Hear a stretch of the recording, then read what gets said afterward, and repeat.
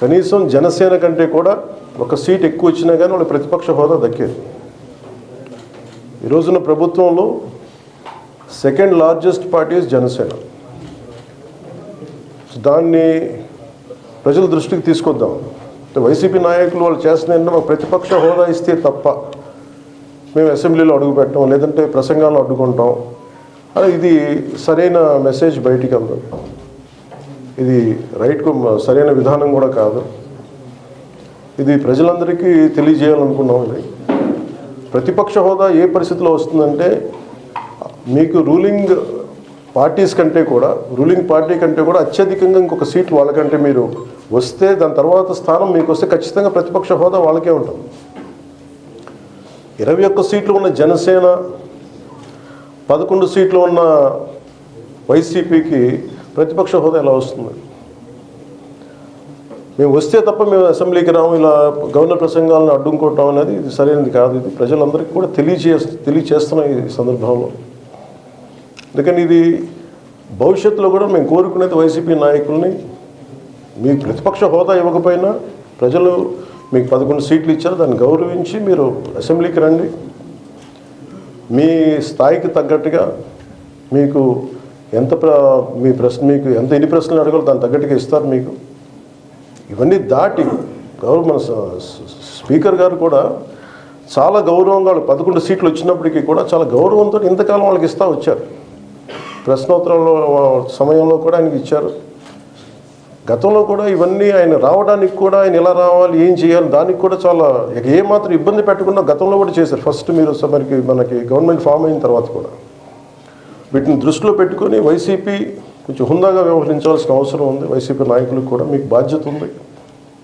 Governor గారి ప్రసంగాన్ని మీరు ఆ విధంగా మీరు ప్రశాంతంగా విని దాన్ని జరుగుతున్న సమావేశంలో మీరు దాని లోటుపాట్లు మీరు చెప్తే బాగుంటుంది తప్ప ఇలా కూర్చోబెట్టి అరుపులు కేకలు ఇది సమంజసంగా లేదు.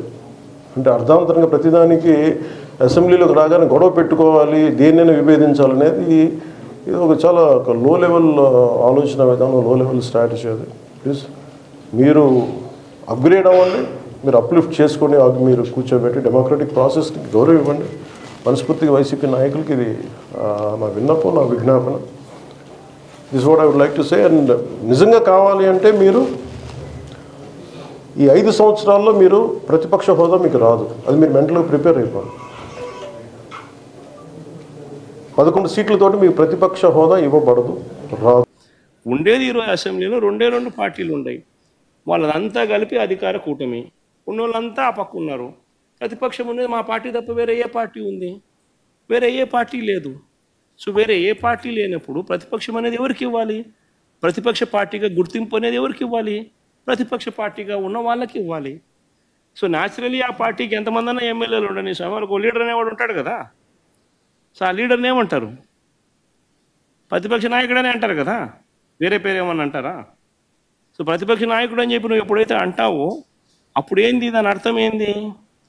లీడర్ ఆఫ్ ది హౌస్కి ఎంతసేపు మైక్ ఇవ్వాలనో అంతేసేపు దాని తర్వాత స్థానంలో ప్రతిపక్ష పార్టీ నాయకుడికి ఇవ్వాలి. ఎందుకు ఇవ్వాలి? ఇవన్నీ చెప్తాడు కాబట్టి. ఇవన్నీ అవతల ప్రతిపక్ష పార్టీ చెప్పినప్పుడు నువ్వు రిపేర్ చేసుకోవాలి కాబట్టి. అది గవర్నమెంట్ చేయాల్సిన డ్యూటీ కాబట్టి, పని కాబట్టి.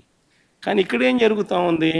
నేను చెప్పనివ్వను, నేను ఎవరి స్వరము విననివ్వను, నీకు 5 నిమిషాల కన్నా ఎక్కువ మైక్ ఇవ్వను అని నువ్వే డిక్టములు పాస్ చేస్తూ ఉంటే ఏ రకంగా అసెంబ్లీలో ప్రతిపక్షం అన్నది మాట్లాడగలుగుతుంది, స్వరం ఇవ్వగలుగుతుంది? ఇప్పుడు మీరే అన్నారు 1.5 గంటలు 2 గంటలు పట్టింది సార్ అని. మరి 1.5 గంటలు 2 గంటలు పడుతుంది. మరి ఇవన్నీ నేను మాట్లాడిన మాటల్లో ఏదైనా ఒకటన్నా వేస్ట్ మాట ఏమన్నా ఉందా? బడ్జెట్కి సంబంధించిన డాక్యుమెంట్సే చూపించినాను, బడ్జెట్కి సంబంధించిన అంశాలే ప్రస్తావించినాను. మరి టైం పడుతుంది. మరి ఇంక పట్టకపోయినట్టుంటుంది చెప్పు. మరి వినాలా? అవతలోనికి మైక్ ఇస్తేనే కదా నువ్వు అవతలోడు చెప్పగలుగుతాడు. సార్ మీకు ప్రతిపక్ష హోదా అంశానికి సంబంధించి పవన్ కళ్యాణ్ గారు ఒక కామెంట్ చేశారు. వైఎస్ఆర్ కాంగ్రెస్ పార్టీకి వచ్చినటువంటి ఓట్ల శాతాన్ని, సీట్ల శాతాన్ని బట్టి చూస్తే జర్మనీలో అయితేనే వస్తుంది, ఇక్కడ రాదు, ఇక్కడ 5 ఏళ్ళు రావడం కష్టం అని ఒక విమర్శ చేశారు సార్. ఆ మనిషి కార్పొరేటర్కి ఎక్కువ, ఎమ్మెల్యేకి తక్కువ. జీవితకాలంలో ఇప్పుడు ఎమ్మెల్యే ఒకసారి అయినాడయ్యా. ప్రజాస్వామ్యం కేవలం ఎన్నికల విజయాలతో పరిపూర్ణం కాదు అధ్యక్ష. మంచి పరిపాలన అందించాలంటే జవాబుదారీతనంతో కూడిన చర్చలు అవసరం అధ్యక్ష. ప్రతిపక్షం అనేది లేదు. నేను చెప్పాను, మాకంటే ఒక సీట్ వచ్చినా మీరు ప్రతిపక్షంలో కూర్చున్నారు కానీ నేను సంతోషంగా ఉంటానంటే పాపం లేదు. మీ ప్రజలు మీకు ఇవ్వలేదు అవకాశం. లేదు, మాకు దామాషా పద్ధతి ప్రకారం పర్సంటేజ్ ప్రకారమే మాకు ఓట్లు మాకు ప్రతిపక్షం కావాలంటే they should go to Germany అధ్యక్ష. అక్కడ ప్రాసెస్ ఉంది, అక్కడ ఫెసిలిటీ ఉంది, అక్కడ సౌలభ్యం ఉంది. మీరందరూ తలా ఒక కాంట్రిబ్యూషన్ చేసుకున్న సభ్యులందరూ వాళ్ళకి కూర్చొని ఫ్లైట్ టికెట్ వేసి పంపిస్తాం అధ్యక్ష. అంటే ఇక్కడ మనకున్న, అంటే మనం సరదాగా మాట్లాడుకున్న మనకున్న బాధ్యత, మనమే అధికార పార్టీ, మనమే మన గౌరవ ముఖ్యమంత్రి గారు చెప్పారు అధ్యక్ష, మనమే ప్రతిపక్షంగా కూడా ప్రవర్తించాలని.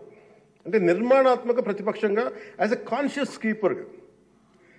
సింగపూర్లో మనకు తెలిసి PIP, People's Action Party, which is initiated by great leader Lee Kuan Yew, స్వీయ నియంత్రణ కోసం వాళ్ళు అధికారంలో ఉండటం కారణంగా స్వీయ నియంత్రణ కోసం అధికార పార్టీలోనూ విభిన్నమైన అభిప్రాయాలతో కూడిన చర్చలు చేస్తారు అధ్యక్ష. భారతదేశ స్వాతంత్రం వచ్చాక పార్లమెంటు మొట్టమొదటి సమావేశ సందర్భం ప్రస్తుత సభకి ప్రజలు ఇచ్చిన తీర్పును ప్రతిబింబిస్తుంది. అప్పుడు ఇతర పార్టీ నుండి గెలిచిన అంబేద్కర్ గారిని న్యాయశాఖ మంత్రిగా నియమించారు. ప్రతిపక్ష జనసంఘ చెందిన శ్యాంప్రసాద్ ముఖర్జీ నెహ్రూ గారు మంత్రివర్గంలో చేర్చుకున్నారు. వారు బాబు రాజేంద్ర ప్రసాద్ గారిపై అనేక నిర్ణయాలపై విభేదించేవాళ్ళు. ఎమర్జెన్సీ తర్వాత వచ్చిన ప్రభుత్వంలో కాంగ్రెసేతర పక్షాలు వాజ్పేయి గారు కానీ, మొరార్జీ దేశాయ్ గారు కానీ, చరణ్ సింగ్ గారు విభిన్నమైన పక్షాలు భాగస్వామ్యం అయినాయి. నేటి ఆంధ్రప్రదేశ్ పరిస్థితి స్వాతంత్రం సిద్ధించిన తర్వాత లేక ఎమర్జెన్సీ తర్వాత దేశ పరిస్థితిని గుర్తు చేస్తున్న అధ్యక్ష. రెండో ప్రపంచ యుద్ధంలో కూడా బ్రిటన్కి జాతీయ ఐక్యత అవసరమైనందున లేబర్ పార్టీ నాయకుడు అట్లీ చర్చిల్ సంకీర్ణ మంత్రివర్గంలో మంత్రి అయ్యారు.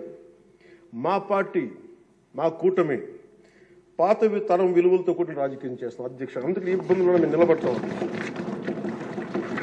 ఈ దేశ ఇలాంటి విపత్కర పరిస్థితుల్లో నేషనల్ రీకన్సిలియేషన్ క్యాబినెట్ అని అన్ని పక్షాలతో క్యాబినెట్ ఫామ్ చేస్తారు అధ్యక్ష. ఇప్పుడు మన రాష్ట్రంలో ఉన్నది స్టేట్ రీకన్సిలియేషన్ క్యాబినెట్ అని చెప్పొచ్చు అధ్యక్ష. ప్రతిపక్షంగా ఉండాల్సిన వాళ్ళు ముఖం చాటేస్తున్న ఈ సందర్భంలో అధికార పక్షం ప్రతిపక్షం కూడా మేమే అధ్యక్ష. ఇది ఒక్కోసారి మాలో మేము ఉదాహరణకి టీటీడీలో ఒక తప్పు జరిగింది అధ్యక్ష. చిన్న పాలనా ఇష్యూ, అది కొన్ని ప్రాణాలు కోల్పోయి ఆ రోజు నేను వాళ్ళందరికీ వెళ్ళి క్షమాపణ చెప్పాను అధ్యక్ష.